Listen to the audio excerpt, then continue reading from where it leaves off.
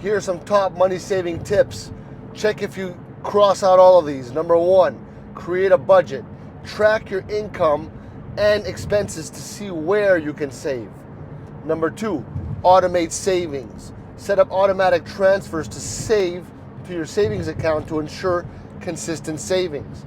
Number 3, use coupons and discounts. So look for coupons and promotional codes before making your purchases.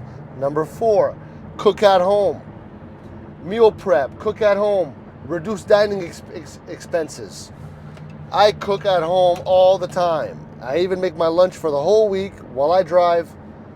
It's the same thing all the time, 5 eggs every day. Limit purchases. Wait 24 hours, for non-essential purchases to see if you still want it the next day.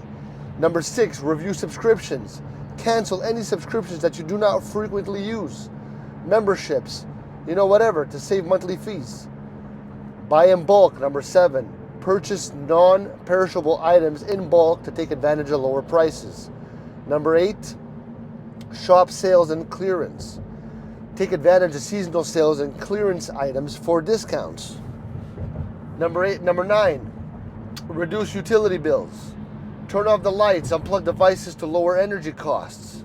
Number 10, use public transport.